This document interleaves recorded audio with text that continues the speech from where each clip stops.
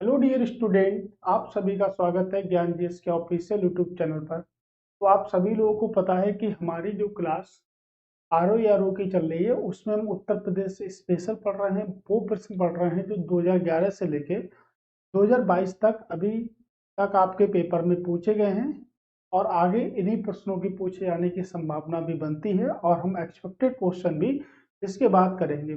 आपको मैंने 2011 से लेकर 2022 तक जितनी भी आपके ज्योग्राफी आई है उन सभी की क्लासें लगभग में आपकी 9 क्लासें हैं जो उन सभी से रिलेट करती हैं। तो आपने अगर वो क्लासें नहीं देखी हैं तो आप प्ले लिस्ट में जाकर वहाँ से वो क्लासें भी देख सकते हैं अच्छे से। ओके। तीसरी बात यह है कि आगे भी इसी प्रकार के जितने भी प्रश्न अभी तक बने हैं हमारे आर ओ के पेपर में, इसी प्रकार की क्लासें आपके लिए प्रोवाइड कराई जाएंगी ज्ञान जीएस से, जो भी फ्री ऑफ कॉस्ट है। ओके। तो चलते हैं पहले प्रश्न की ओर। ये उत्तर प्रदेश का पार्ट नंबर 2 है आपका। इसके बाद भी आपके कई सारे पार्ट आएंगे। उसके बाद में हम इन्वायरमेंट हो गया, हिस्ट्री हो गया, संविधान हो गया, इकोनॉमिक्स हो गई, इन सभी की भी चर्चा करेंगे। तो आज का पहला प्रश्न है, देखिएगा इन प्रश्नों के लिए ज्योग्राफी में हम आपके लिए 4 वीडियो लेके आएंगे। पहली वीडियो होगी आपके भारत के साइड के जितने भी ऐसे प्रश्न बनते हैं, फिर विश्व की होंगी, यानी कि 4 वीडियो विश्व की होंगी, 4 वीडियो किसकी होंगी, आपके भारत की होंगी। तो ऐसे प्रश्न बनते हैं और आपको बता दें कि आपके पेपर में या पीसीएस के किसी भी पेपर में इस प्रकार के कम से कम 3 से 4 प्रश्न आते हैं एक एक सब्जेक्ट से। ठीक है, तो सभी पे भी ऐसे प्रश्न देखेंगे हम, जितने प्रश्न हमारे बनते हैं आप देखिएगा। इसमें अगर हम 100 प्रश्न यहाँ से पढ़ते हैं इस टाइप के, तो कम से कम हमारी 80% ज्योग्राफी जो होती है वो इन्हीं प्रश्नों से कंप्लीट भी आती है। तो आज के प्रश्न में पहला प्रश्न है कि भाई सूची को सुमेलित करना है, तो सूची ए को सूची बी से सुमेलित करना है। ठीक है, तो सूची ए है और इसको सूची बी से सुमेलित करना है।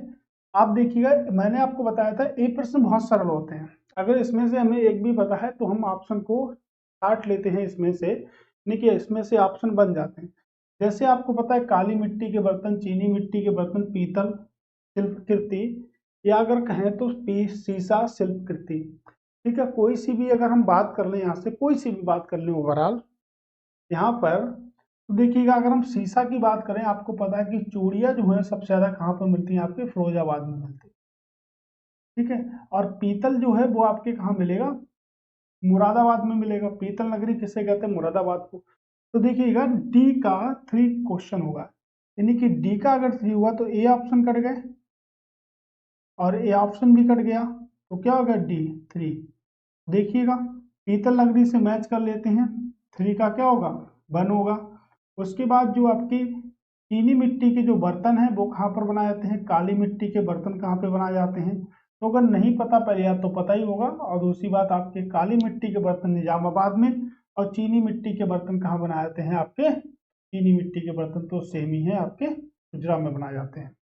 ठीक है, तो इस तरह हमने कर लिया। अगर इन प्रश्नों में एक भी अगर हमें पता होता है, जैसे मान लीजिएगा इसमें हमें पता था कि चूड़ियाँ जो है वो शीशे की बनती हैं, और कहाँ पर मिलती हैं चूड़ियाँ, तो चूड़ियाँ आपको फिरोजाबाद में मिलेंगी। कहाँ पर मिलेंगी, फिरोजाबाद में मिलेगी। तो इस प्रकार हमारा एक क्वेश्चन जो है ना एकदम क्लियर हो जाता है हमारा यहाँ से। ओके, चलिए अगला प्रश्न देखते हैं। नोएडा उत्तर प्रदेश के किस जिले में स्थित है। नोएडा जो है वो आपके उत्तर प्रदेश के किस जिले में स्थित है। नोएडा की फुल फॉर्म में होती है आपके न्यू ओखला,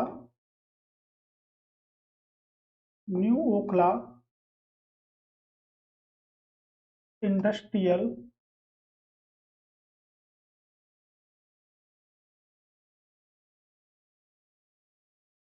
डेवलपमेंट अथॉरिटी, प्राधिकरण। ठीक है, ये फुल फॉर्म भी होती है आपके, आपके कहाँ की फुल फॉर्म है, नोएडा की ये क्या है फुल फॉर्म भी है।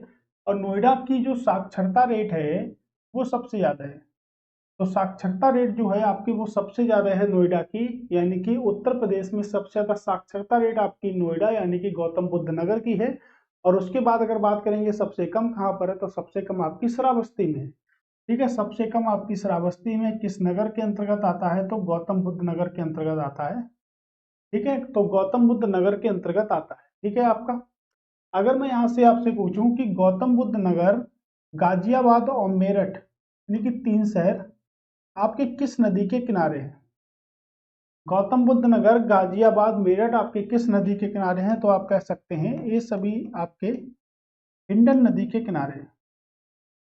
तो 3 शहरों में आपकी हिंडन नदी बहती है। किसकी सहायक नदी है? यमुना की सहायक नदी है। हिंडन आपकी यमुना की सहायक नदी है। केन, बेतवा, चंबल कह सकते हैं केन, बेतवा, चंबल भी यमुना की सहायक नदी है। ठीक है, केन, बेतवा, चंबल भी क्या है? यमुना की सहायक नदी है। ठीक है, याद रखिएगा यमुना की सहायक नदी है। ठीक है, तो ये आपका जो पड़ेगा वो किस जिले में पड़ेगा? गौतम बुद्ध नगर में पड़ेगा। और गौतम बुद्ध नगर में सबसे ज्यादा आपकी साक्षरता रेट है। सबसे ज्यादा साक्षरता रेट कहाँ पर है? तो गौतम बुद्ध नगर में सबसे ज्यादा आपकी साक्षरता रेट भी है। कहाँ पर है सबसे ज्यादा साक्षरता रेट? आपके उत्तर प्रदेश के गौतम बुद्ध नगर में। ठीक है, अगला बात करेंगे कि प्रथम दीनदयाल हस्तकला संकुल व्यापार सुविधा केंद्र कहाँ स्थापित किया गया? देखिएगा, प्रश्न है कि दीनदयाल हस्तकला संकुल व्यापार सुविधा केंद्र कहाँ स्थापित किया गया? कहाँ स्थापित किया गया? बात करेंगे गोरखपुर की, तो गोरखपुर किस नदी के किनारे है? आपके राप्ती नदी के किनारे है, राप्ती रिवर। तो राप्ती नदी के किनारे आपका गोरखपुर है। कानपुर की बात करेंगे तो गंगा नदी के किनारे है। वाराणसी की बात करेंगे तो ये भी आपके गंगा नदी के किनारे है। यानी गंगा उत्तर प्रदेश के 28 जिलों में बहती है। और आगरा की बात करेंगे तो यमुना नदी के किनारे।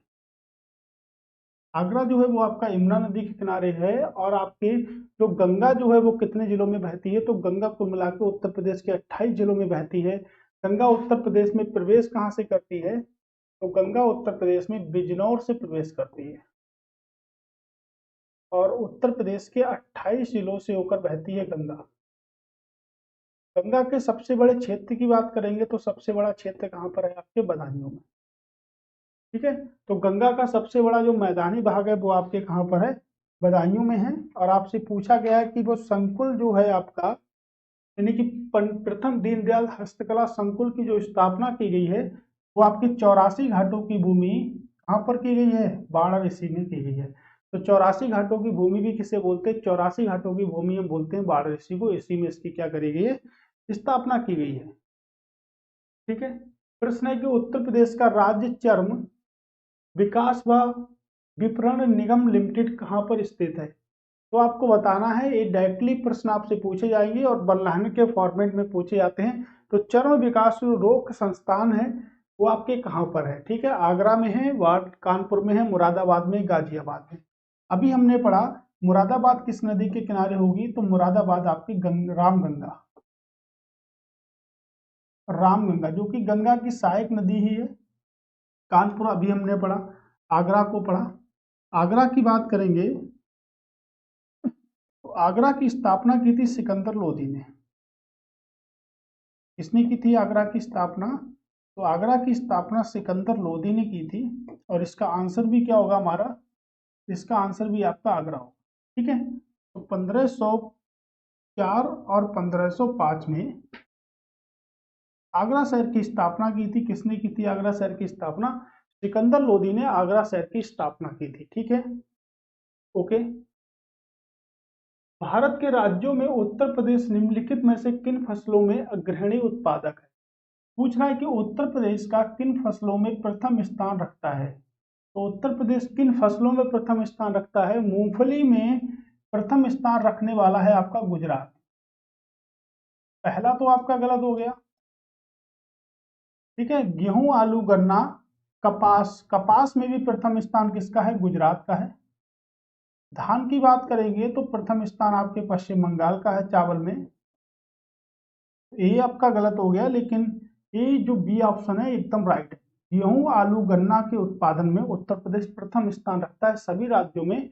उत्तर प्रदेश जो है वो आपका प्रथम स्थान रखता है सभी के टोटल राज्यों में। ओके, तो टोटल राज्यों में उत्तर प्रदेश स्थान रखता है। उत्तर प्रदेश का कौन सा जनपद दशहरी आम का सर्वोच्च उत्पादक है? इतना सरल प्रश्न है कि दशहरी आम कहाँ होता है, यानी कि आम कहाँ होता?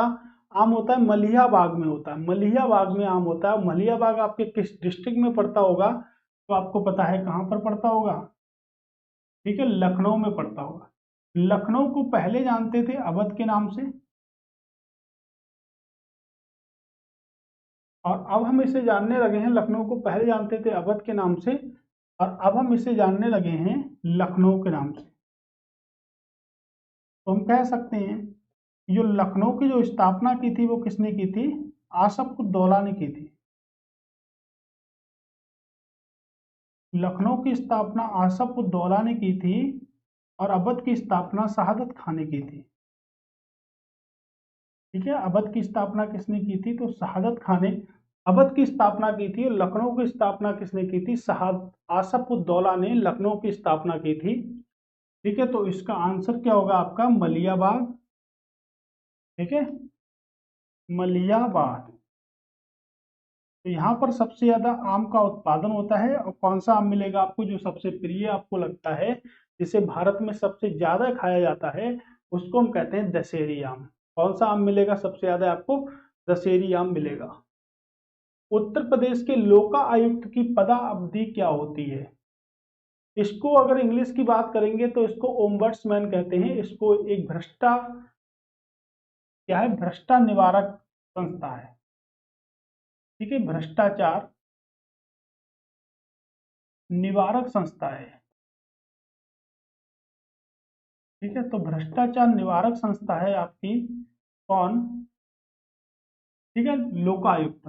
तो लोकायुक्त को हम बोलते हैं ओम्बड्समैन। क्या बोलते हैं, ओम्बड्समैन मिलते हैं। और इसकी जो अवधारणा ली गई थी वो आपकी स्वीडन, फिनलैंड और नॉर्वे देशों से भारत ने ग्रहण की है। तो ये प्रश्न भी बन सकता है कि कौन से देशों से लोकायुक्त और लोकपाल की अवधारणा को लिया गया। देखिएगा, लोकपाल और लोकायुक्त बिल भारतीय संसद में बहुत बार पास किया गया, यानी कि लगभग में 8 बार पास किया गया, और अंतिम बार पास किया गया था 2013 में। अन्ना हजारे ने लोकपाल और लोकायुक्त बिल को पूरी तरह से भारत के संविधान में प्रस्तावित कर दिया, यानी कि ला दिया, पारित करा दिया गया था। किसके द्वारा, संसद के द्वारा। तो लोकायुक्त जो होता है वो कहां पर होता है, आपके राज्यों में होता है। कहां पर होता है, आपके स्टेटों में होता है, स्टेट्स में होता है, यानी कि राज्यों में होगा। और लोकपाल कहाँ होगा, आपके भारत में होगा। तो भारत का एक लोकपाल होगा। जो पहले लोकपाल हैं उन्हें क्या कहते हैं, पिनाकी चंद्र घोष। तो वो पूरे भारत के लोकपाल हैं। लेकिन लोकायुक्त क्या होगा, आपके पूरे प्रत्येक राज्य में क्या होगा, लोकायुक्त होगा। लोकायुक्त को ऑनलाइन रिपोर्ट, यानी कि ऑनलाइन शिकायत दर्ज करने वाला पहला राज्य कौन सा बना, ये भी प्रश्न आता है। ऑनलाइन कंप्लेंट करने वाला या शिकायत करने वाला पहला राज्य बना। ऑनलाइन शिकायत दर्ज करने वाला पहला राज्य जो बना है उसे क्या कहते हैं, महाराष्ट्र। ऑनलाइन शिकायत दर्ज करने वाला जो पहला राष्ट्र बना उसे हम कहते हैं महाराष्ट्र।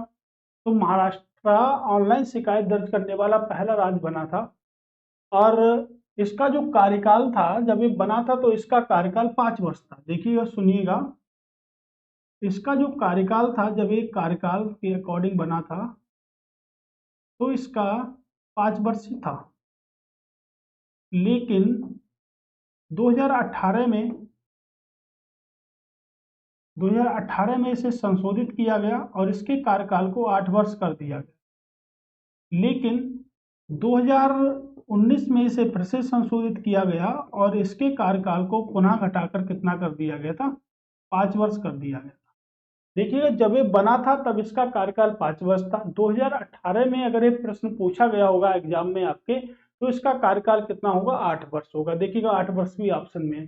लेकिन अगर वर्तमान स्थिति की बात करेंगे, 2019 से फिर से घटाकर कर दिया गया था कितना, 5 वर्ष। तो इसका आंसर 5 वर्ष भी था। लेकिन एक प्रश्न पूछा गया था 2018 में, तो 2018 में एक करंट अफेयर से रिलेट करके पूछा गया था। इस प्रकार हम कह सकते हैं कि यहाँ पर 8 वर्ष भी क्या होगा, आपकी बहुत सारी किताबों में सही होगा। लेकिन ये प्रश्न के अकॉर्डिंग चलेंगे।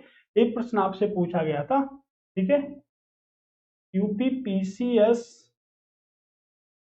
आरओ में पूछा गया था 2018 में, तब इसका आंसर क्या होगा, तो इसका आंसर जो होगा वो आपके 8 वर्ष होगा, ठीक है। लेकिन अभी क्या है, तो अभी तो हम पढ़ ही रहे हैं, तो अभी के बारे में आपको 5 वर्ष, यानी कि इस बार अगर पूछा जाता है तो आपको कितना लगाना पड़ेगा, 5 वर्ष। अब उत्तर प्रदेश के पहले लोकायुक्त की अगर बात करें कि भाई उत्तर प्रदेश का पहला लोकायुक्त कौन था, तो विशंबर दयाल, विशंबर दयाल उत्तर प्रदेश के पहले लोकायुक्त थे, ठीक। तो उत्तर प्रदेश के पहले लोकायुक्त कौन थे, विशंबर दयाल, ठीक है। अब देखिएगा, कथन है और कारण है, प्रश्न इंपॉर्टेंट है। कन्नौज इत्र का शहर है, बिल्कुल कन्नौज को इत्र का शहर कहते हैं, या इसे गुलाबों का शहर कहते हैं। इत्र किससे बनता है, गुलाबों से बनता है, गुलाबों का शहर भी कहते हैं। इसे इत्र नगरी भी कहते हैं, यानी कि इत्र बनता है तो इत्र नगरी भी कहेंगे, इत्री नगरी भी कहेंगे, गुलाबों का शहर भी कहेंगे, खुशबुओं का शहर भी कहते हैं किसको, कन्नौज को। आपको देखिएगा मैंने कितने सारे नाम बता दिए। कन्नौज शहर के प्रत्येक निवासी के यहाँ इत्र का निर्माण होता है, ये इत्र उद्योग होता है। तो भाई ये तो बात नहीं है, ठीक है। अब प्रत्येक निवासी जरूरी थोड़ी ना है कि भैया इत्र बनाए, खुशबू ले, नहीं ले रहा, मन नहीं है खुशबू लेने का, ठीक है। तो ये तो गलत है। तो अगर कहें तो हम क्या कहें, ए सही है और आर क्या है, गलत है। ये ऑप्शन सही से पढ़िएगा आप लोग पेपर में, ए सही है बट आर क्या है, गलत है, ठीक है। उत्तर प्रदेश के निम्नलिखित में से कौन सा निर्यात विकास केंद्र, कौन से शहर में निर्यात विकास केंद्र नहीं है, यानी कि उत्तर प्रदेश के निम्नलिखित में से कौन सा शहर निर्यात विकास केंद्र नहीं है, यानी कि निर्यात विकास केंद्र जो है वो कौन से शहर में नहीं है। आगरा में है, अभी मैंने आपको बताया था। आगरा में स्थापना किसने करी, सिकंदर लोदी ने करी। खुर्जा में है, बिल्कुल है। मेरठ में है, तो यहाँ पर भी है, यानी कि आंसर कहाँ होगा आपका, इलाहाबाद में। इलाहाबाद में नहीं है, ठीक है, इलाहाबाद में नहीं है, ओके। अगला प्रश्न है कि भोजपुरी से संबंधित है, कथन है और आपके कारण है, ठीक है, और आपके उसी प्रकार के ऑप्शन भी हैं। भोजपुरी पूर्वी उत्तर प्रदेश की लोक भाषा है, तो भोजपुरी जो है वो पूर्वी उत्तर प्रदेश की लोक भाषा है क्या, बताइएगा। लोक भाषा तो बिल्कुल है, यानी कि पूर्वी उत्तर प्रदेश यानी कि पूर्वांचल में बोली जाती है आपकी भोजपुरी, बिल्कुल ठीक है। पूर्वी उत्तर प्रदेश के लोग अन्य भाषाओं में भोजपुरी को असहज होते हैं। पूर्वी उत्तर प्रदेश के लोग अन्य भाषाओं में असहज होते हैं। अन्य भाषाओं में असहज उनको लगती है, उनको कठिन लगती है दूसरी भाषा, इसीलिए वो क्या बोलते हैं, भोजपुरी ही भाषा बोलते हैं। ये बात भी बिल्कुल ठीक है। ऐसा कारण है, तो कारण ए का स्पष्टीकरण भी करता है, ऑप्शन नंबर ए। कारण जो है वो ए का क्या करेगा, स्पष्टीकरण भी करेगा, ठीक है। काष्ठ नकाशी उद्योग के लिए उत्तर प्रदेश का कौन सा जिला प्रसिद्ध है, तो बताइए कौन सा जिला प्रसिद्ध है उत्तर प्रदेश का, ठीक है। उत्तर प्रदेश का कौन सा जिला आपका प्रसिद्ध है, इसके लिए पूछा जा रहा है, नक्काशी के लिए, ठीक है। उत्तर प्रदेश का कौन सा जिला प्रसिद्ध है, तो मैं कह सकता हूं उत्तर प्रदेश का सहारनपुर प्रसिद्ध, ठीक है। उत्तर प्रदेश का सहारनपुर प्रसिद्ध है आपका, ओके। और मेरठ की बात करेंगे तो मेरठ में खेल का सामान मिलता है, ठीक है, खेल के सामान के लिए प्रसिद्ध है आपका मेरठ। लकड़ी के लिए कौन सा प्रसिद्ध है, तो लकड़ी के लिए प्रसिद्ध है आपका, ठीक है, सहारनपुर। उत्तर प्रदेश के उत्तर मध्य सांस्कृतिक केंद्र स्थापित किया गया है, यानी कि उत्तर प्रदेश में उत्तर मध्य क्षेत्र में सांस्कृतिक केंद्र कहाँ स्थापित किया गया है, तो सांस्कृतिक केंद्र कहाँ स्थापित किया गया है, ठीक है। आगरा में, वाराणसी में, इलाहाबाद में या बरेली में। अगर मैं इसकी बात करूंगा तो कहाँ पर, आपके इलाहाबाद में। इलाहाबाद को एक दिन के लिए राजधानी बनाया गया था, मैंने आपको बताया था 1 नवंबर 1858 में इलाहाबाद को एक दिन के लिए राजधानी बनाया गया था। जब राजधानी बनाया गया था तो इस समय जो वायसराय थे वो लॉर्ड कैनिंग थे। इन्हें गौरव प्राप्त है भारत का प्रथम वायसराय बनने का, इनके शासनकाल की बात करेंगे तो 1856 से लेके 1862 तक इनका शासन टाइम था। 1857 की क्रांति इन्हीं के समय में हुई थी और इलाहाबाद को एक दिन के लिए भारत की राजधानी बनाया गया था। किसके समय बनाया गया था? तो आपके लॉर्ड कैनिंग के समय में ही इलाहाबाद को एक दिन की राजधानी के रूप में भी बनाया गया था। ठीक है, सभी बातें आपको पता है। अगर आप डेली क्लास करते होंगे तो शायद आपको एक उम्मीद आपकी जागृत होगी कि भाई मैं पेपर को एकदम सॉल्व कर दूंगा, मुझको कोई भी अड़चन नहीं आने वाली है इसमें। कह रहे शहर है और विशेषता है। वाराणसी तो संस्कृति और धर्म के लिए जाना ही जाना जाता है। बिल्कुल ठीक है। प्रश्न पढ़ लो पहले, इतनी जल्दबाजी नहीं। कहां पर आपके नहीं यानी कि विशेषता नहीं है। ठीक है, तो वाराणसी तो आपके धर्म व संस्कृति के लिए जाना था। लखनऊ प्रदेश की राजधानी है, ये भी ठीक है। झांसी औद्योगिक केंद्र है। मुरादाबाद अगर पीतल नगरी है तो झांसी औद्योगिक केंद्र नहीं है, तो यही आपका गलत है। ठीक है, अगर मुरादाबाद पीतल उद्योग से संबंधित है तो आपका ये नहीं है। कह रहा भारत का सबसे पूर्वी शहर निम्नलिखित में से कौन सा है? तो भारत का सबसे पूर्वी शहर नहीं, भारत का नहीं सॉरी, उत्तर प्रदेश का सबसे पूर्वी शहर कौन सा है?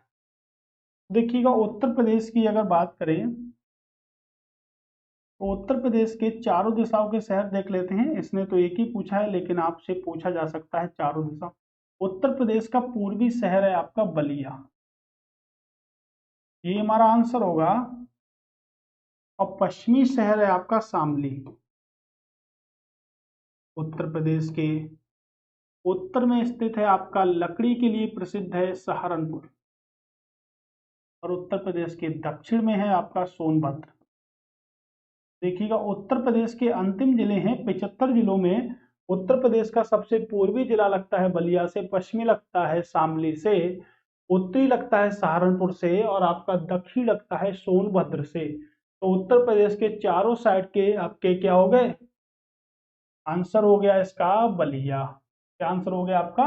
बलिया इसका राइट आंसर हो गया। चारों दे देगा, पूछेगा कौन सा सही नहीं है। पूछा गया है, आपको मैं आगे एक क्वेश्चन दिखाऊंगा जो पूछा गया है इस बेस पर। प्रसिद्ध ठुमरी गायिका गिरजा देवी का जन्म कहाँ हुआ था? मैंने आपको कल भी ये प्रश्न बताया था कि भाई ये प्रश्न कई बार पेपर में पूछा है। ठुमरी के बारे में मैंने आपको पूरा बताया था। ठुमरी की रानी कहते हैं किसको? गिरजा देवी को। और मैंने आपको बताया था कि इनका जन्म जो हुआ है वो कहाँ हुआ है? आपके वाराणसी में हुआ है। अगर हमें क्वेश्चन पता है ना तो हमें ऑप्शन पढ़ने की जरूरत नहीं होती।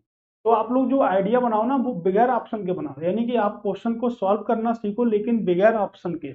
जिस दिन आप बगैर ऑप्शन के क्वेश्चनों को सॉल्व करना सीख गए उस दिन आपका सिलेक्शन एकदम पक्का हो जाएगा। ठीक है, तो हमें ऑप्शन नहीं चाहिए। ठुमरी की रानी कहते हैं। जो ठुमरी जो है आपके, वो आपके लखनऊ व बनारस घराने से संबंधित है। मैंने डिटेल में आपको पढ़ाया था। लखनऊ बनारस व पटियाला घराने से संबंधित है। और ठुमरी की जो रानी है किसे कहते हैं? गिरजा देवी को कहते हैं। और ये आपका एक लोकप्रिय, एक कामुक, एक रोमांटिक क्या है आपकी शैली है। ठीक है, तो ठुमरी गायिका है आपकी गिरजा देवी का जन्म हुआ था वाराणसी में। किसका जन्म हुआ था? वाराणसी में जन्म हुआ था। मैंने आपको पहले ही क्वेश्चन उत्तर प्रदेश स्पेशल के क्लास में मैंने आपको पढ़ाया था पहले पॉइंट पे ही। ठीक है, अब देखिएगा उत्तर प्रदेश पर भैया विचार करना है। क्या करा रहा उत्तर प्रदेश तुमसे? इतना कठिन पेपर आ रहा है कि बच्चों को परेशानी हो रही है। तो बने रहिए ना ज्ञान जीएस के साथ में। परेशानी का सॉल्वेशन है आपका ज्ञान जीएस, एकदम क्लियर जीएस में। अगर आप ओवरऑल सभी क्लासेस देखेंगे ना तो बिल्कुल आपका कॉन्सेप्ट भी एक क्वेश्चन पढ़ने के बाद क्लियर होगा ना। और पूरी तरह से एकदम आपको लगेगा ना कि हमारा सिलेक्शन होगा। आप विश्वास से रखिएगा, इसीलिए विश्वास का प्रतीक बन चुका है आपका ज्ञान जीएस। ठीक है, तो देखिएगा ऐसे ऐसे प्रश्न। अब जब हम ज्योग्राफी के 100 प्रश्न पढ़ेंगे ना तो आपको आज तक किसी भी यूट्यूब के क्लास में इतना डिटेल पार्ट नहीं पढ़ाया गया होगा। आप ट्राई करके देख लें, लेकिन इतना डिटेल पार्ट नहीं पढ़ाया गया होगा। तो कृपया करके आप चैनल को लाइक करें, सब्सक्राइब करें और कमेंट्स बॉक्स में बताएं भी कि वीडियो कैसी लगती है। वीडियो तो देख लेते हो लेकिन कमेंट्स नहीं करते, तो वीडियो को लाइक करिएगा। आपका कुछ जाता नहीं है, आपसे कोई रुपया नहीं ले रहा वहां पर। ठीक है, याद रखिएगा इस बात को, कितनी मेहनत लगती है इसमें। आपके लिए बहुत कुछ किया है पढ़ाने के लिए, तो इतनी मेहनत लगती है तो कृपया इस पे भी थोड़ा सा समझिएगा। उत्तर प्रदेश को भारत का शक्कर का कटोरा कहते हैं। उत्तर प्रदेश को भारत का शक्कर का कटोरा कहते हैं, क्यों कहा जाता है? इसको स्पष्ट करने के लिए निम्नलिखित कथनों पर विचार कीजिए। तो स्पष्ट करने के लिए निम्नलिखित कथनों पर विचार कीजिए। उत्तर प्रदेश का गन्ने का सर्वाधिक उत्पादन होता है, ये तो बिल्कुल ठीक है। उत्तर प्रदेश में ही गन्ने का सर्वाधिक उत्पादन होता है। उत्तर प्रदेश में गन्ना अभियांत्रिकी शिक्षा संस्थान है, ये भी ठीक है। उत्तर प्रदेश में चीनी मिलों की संख्या सर्वाधिक है, नहीं भैया, ये कहां पर है? तो सबसे ज्यादा चीनी मिल है आपके महाराष्ट्र में। ठीक है, सबसे ज्यादा चीनी मिल कहां पर है? महाराष्ट्र में। गन्ना उत्पादकों की संख्या ज्यादा है, तो बिल्कुल ज्यादा है गन्ना उत्पादकों की संख्या, 1 2 4, 1 2 4। ठीक है, 1 2 और 4, option number C. Option number C को सही करिएगा सभी लोग। ठीक है, भारत में शक्कर का कटोरा कहते हैं, क्यों कहते हैं, इसकी भी बात आज पता चल गई हमको। निम्नलिखित में से किस नगर में राजकीय ललित कला अकेडमी उत्तर प्रदेश में स्थित है? किस नगर में है? तो आपको मैंने आपको पढ़ाया है ज्योग्राफी में, इस बात को मैंने आपको पढ़ाया है। ठीक है, आपसे मैंने क्या कहा, अगर आप लगातार बनते हैं ना तो आपका बिल्कुल जीएस का एक एक कॉन्सेप्ट क्लियर हो जाएगा। ठीक है, निम्नलिखित में से कौन सी उत्तर प्रदेश की पहली महिला मुख्यमंत्री थी? श्रीमती राजेंद्र कुमारी वाजपेयी, श्रीमती सुचेता कृपलानी, सुश्री मायावती, श्रीमती सरोजिनी नायडू। उत्तर प्रदेश की 4 बार मुख्यमंत्री बनी, 4 बार मुख्यमंत्री बनी थी सुश्री मायावती। बात करेंगे सरोजिनी नायडू की, तो भारत की पहली महिला बोले तो भारत की पहली महिला या या उत्तर प्रदेश की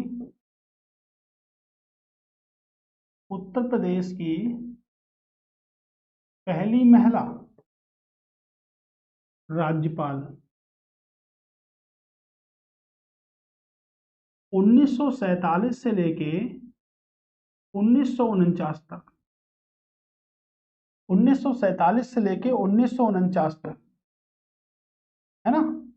ये आपके भारत की ओवरऑल करें या उत्तर प्रदेश की बात करें, पहली महिला राज्यपाल के रूप में कार्य किया किसने? तो ये आंसर नहीं होगा इसका। ठीक है, ये आंसर नहीं है इसका। पहली महिला के रूप में कार्यकाल किया राज्यपाल के रूप में किसने? श्रीमती सरोजिनी नायडू जी ने करा। और सबसे इंपॉर्टेंट 1925 के कानपुर अधिवेशन, 1925 के कानपुर अधिवेशन में भारतीय राष्ट्रीय कांग्रेस की पहली महिला भारतीय अध्यक्ष, ध्यान से सुनिएगा, सरोजिनी नायडू 1925 में कानपुर अधिवेशन की अध्यक्षता करी और भारतीय राष्ट्रीय कांग्रेस की पहली महिला भारतीय अध्यक्ष बनी है। कौन? सरोजिनी नायडू। अगर पहली महिला अध्यक्ष पूछाता है तो 1917 के कोलकाता अधिवेशन में एक महिला आई जिनका नाम था एनी बेसेंट, जो भारतीय राष्ट्रीय कांग्रेस की पहली महिला अध्यक्ष बनी थी। ठीक है, इसका आंसर होगा, मुख्यमंत्री पूछा है, आंसर होगा सुचेता कृपलानी। 1963 से लेके 1967 तक उत्तर प्रदेश की मुख्यमंत्री बनी थी। ठीक है, उत्तर प्रदेश की क्या बनी थी? मुख्यमंत्री बनी थी आपकी सुचेता कृपलानी। भारत के समस्त राज्यों का क्षेत्रफल के अनुसार क्रम बताइएगा। भारत के समस्त राज्यों का क्षेत्रफल के अनुसार उत्तर प्रदेश का स्थान क्या है? तो भाई क्षेत्रफल के अनुसार जो है वो उत्तर प्रदेश में कौन सा स्थान रखता है? उत्तर प्रदेश। ठीक है, अब देखते हैं, ये भी प्रश्न पूछा जा सकता है कि कौन सा स्थान है, कितना प्रतिशत है। तो भारत का क्षेत्रफल की अगर बात करेंगे, भारत का क्षेत्रफल, तो भारत का क्षेत्रफल है 32,87,263 किलोमीटर स्क्वायर। यही क्षेत्रफल है भारत का। ध्यान से समझिएगा, पूरा कॉन्सेप्ट मैं आपको एकदम क्लियर कर दूंगा इसमें। यही भारत का क्षेत्रफल है। और इसमें अगर बात करें सबसे ज्यादा क्षेत्रफल की बात करें तो सबसे ज्यादा क्षेत्रफल है आपके राजस्थान का। सबसे ज्यादा क्षेत्रफल है आपके राजस्थान का। उसके बाद है मध्य प्रदेश का। उसके बाद है आपके महाराष्ट्र का। और फिर है आपके यूपी का। तो यूपी आपके 4th नंबर पर है, ये बात आपको पता चल गई। आंसर लगा लेते हैं 4th नंबर। ठीक है। राजस्थान का क्षेत्रफल बात करेंगे तो भारत के क्षेत्रफल के अकॉर्डिंग राजस्थान का क्षेत्रफल कितना होगा? तो राजस्थान का क्षेत्रफल होगा 10.43%। तो अगर पूछा जाता है कि भारत के अकॉर्डिंग राजस्थान का क्षेत्रफल कितना होगा तो 10.43% आपका होगा। मध्य प्रदेश की बात करेंगे तो 9.38%। महाराष्ट्र की बात करेंगे तो 9.36%। और ओवरऑल अगर उत्तर प्रदेश की बात करेंगे तो 7.33% होता है। तो 32,87,000 में से जो उत्तर प्रदेश का जो क्षेत्रफल है वो 7.33% भाग पर उत्तर प्रदेश क्या है स्थापित किया गया है। अब अगर मैं बात कर लूं यहां से कि भाई जो आपकी जनसंख्या है, एक हमारे पास में जनसंख्या होती है और एक हमारे पास में क्षेत्रफल होता है। सबसे पहले विश्व की तुलना अगर करेंगे, विश्व, भारत और प्रदेश। अब भारत की तुलना किससे करेंगे? विश्व से करेंगे, क्योंकि विश्व का पार्ट है भारत और भारत के पार्ट है भारत के राज्य, यानी कि भारत 28 राज्यों और 8 केंद्र शासित प्रदेशों का एक क्या है, समूह है या संघ है। तो भारतीय संविधान का आर्टिकल नंबर 1 कहता है कि भारत राज्यों का संघ है, यूनियन ऑफ स्टेट है। ठीक है, जिसमें 28 राज्य 8 केंद्र शासित प्रदेश आते हैं। उसी में दो चीजों पर निर्भर होता है, तो आपको मैंने बताया, एक तो वर्ड होगा, दूसरा आपका इंडिया होगा यानी कि देश होगा, फिर आपका प्रदेश होगा, स्टेट होगा। ठीक है, इतनी बात आप लोगों को पता है। अगर जनसंख्या की बात करेंगे तो देखिएगा, जनसंख्या की अगर बात करें तो भारत की जनसंख्या जो है वो उत्तर प्रदेश की जनसंख्या का कितना प्रतिशत है? ठीक है, तो जनसंख्या की बात करते हैं। ठीक है, तो कहते हैं कि विश्व के अनुसार भारत की जनसंख्या कितने प्रतिशत है? तो विश्व के अनुसार भारत की जनसंख्या जो है वो आपके 17.5%। कितनी है? 17.5% है। यानी कि भारत के अनुसार जो विश्व के अनुसार भारत की जनसंख्या है वो 17.5% है। लेकिन अगर पूछा जाए कि भारत के अनुसार उत्तर प्रदेश की जनसंख्या कितने प्रतिशत है, तो भारत के अनुसार उत्तर प्रदेश की जो जनसंख्या है वो 16.5% है। ठीक, उसके बाद अगर पूछा जाए भारत के अनुसार यानी कि विश्व के अनुसार भारत का क्षेत्रफल कितना है, तो विश्व के अनुसार भारत का क्षेत्रफल है 2.4। और पूछा था कि भारत के अनुसार उत्तर प्रदेश का क्षेत्रफल कितना है, तो भारत के अनुसार उत्तर प्रदेश का क्षेत्रफल जो है वो आपका 7.33% है। 7.33% है। ओके, बात समझ में आ गई? शायद आपको एक एक पॉइंट यहां से क्लियर हो चुका होगा। तो इसका आंसर क्या होगा? ठीक है, चौथा प्लेस। कह रहा सुमेलित कीजिए, तो सुमेलित भाई करिएगा। ठीक है, सुमेलित नहीं है, कह रहा सुमेलित नहीं है। ठीक है, तो सुमेल नहीं है आपका। आपको पता है ये तो आपका सुमेलित है। ठीक है, जलसेर भी आपका सुमेलित है, पुर्जा भी आपका सुमेलित है। लखीमपुर खीरी सुमेलित नहीं है, क्योंकि नकाशीदारी काष्ठ शिल्प कला अभी हमने पढ़ी थी, कहां पर होती है? आपके सहारनपुर में होती है। कहां पर होती है? आपके सहारनपुर में होती है। ठीक है, तो आपका ऑप्शन नंबर ए जो है ना वो रॉन्ग आंसर हो जाएगा। ए आपका रॉन्ग आंसर हो जाएगा। ठीक है, ये देखिएगा, सूची ए को सूची बी से सुमेलित करना है। सबसे ज्यादा इसी टाइप के प्रश्न आते हैं आपके उत्तर प्रदेश से। अलीगढ़ में सभी को पता है भाई ताले लगते हैं। अलीगढ़ में क्या है? तो अलीगढ़ में तो ताले है ना। ठीक है, तो अलीगढ़ के भाई तालों की बात कर ली। तो देखिएगा पहले का सेकंड वाला होगा, यानी कि ए ऑप्शन कट गया, ए ऑप्शन कट गया। ठीक है, यानी कि ए कट गया, डी कट गया, अब दो दो दो दो बचा है। अब इसमें अगर आपको एक भी बात पता है ना, एक भी बात अगर पता है, फिरोजाबाद चूड़िया। दूसरे का फोर्थ काट दो भाई। ऑप्शन आपका हो गया मुरादाबाद में क्या होते हैं, पीतल के बर्तन होते हैं, टांडा में विद्युत खड़गा के उत्पाद होते हैं। ठीक है, तुक्का लगा दिए मैंने 2 में, क्योंकि मुझे पता है कि यही 2 बचे हुए हैं और यही 2 आंसर होने वाले भी हैं, क्योंकि मैं शुरुआत से ही पढ़ता आ रहा हूँ। ठीक है, उत्तर प्रदेश में केंद्रीय कृषि विश्वविद्यालय की स्थापना कहाँ हो रही है? तो जब ये प्रश्न पूछा गया होगा तो कहाँ हो रही थी 2014 में, कहाँ पर हो रही थी? आपके झांसी में।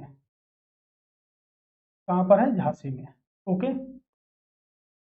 उत्तर प्रदेश के निम्नलिखित में से किस मंडल में प्रथम समाजवादी अपने विद्यालय खोला गया? तो किसमें खोला गया? इलाहाबाद, अलीगढ़, आगरा या वाराणसी में? कहाँ पर खोला गया? आपके इलाहाबाद में खोला गया। ठीक है, कहाँ पर खोला गया? आपके इलाहाबाद में। ये बल्लभ लाइनर के प्रश्न है और आपके सबसे ज्यादा पूछे जाएंगे। पश्चिम बिहार है और आपके स्थान है। पूछा गया समस्तपुर कहाँ पर? सबसे पहले तो ये देखिएगा, नहीं पूछा गया कौन सा स्थान नहीं, यानी कि सुमेलित नहीं है। कौन सा स्थान सुमेलित नहीं है? समस्तपुर की बात करेंगे, रायबरेली बिल्कुल ठीक है। नवाबगंज की बात करेंगे तो भाई नहीं बना नवाबगंज। बखीरा की बात करेंगे, संत कबीर नगर। टांडी की बात करेंगे आपके हरदोई। तो नवाबगंज की बात करेंगे कहाँ होगा? उन्नाव। कहाँ होगा? उन्नाव। यानी कि ऑप्शन आपका जो होगा वो क्या होगा? बी। ठीक है, आपके बी। ये देखिएगा, ये भी आपके एक मोस्ट इंपॉर्टेंट प्रश्न के अंतर्गत आता है और ये सबसे ज्यादा इंपॉर्टेंट है आपका। ठीक है, ठीक है, सबसे ज्यादा इंपॉर्टेंट तो आपका यही है। चलिए बताइएगा क्या होगा इसका आंसर। ठीक है,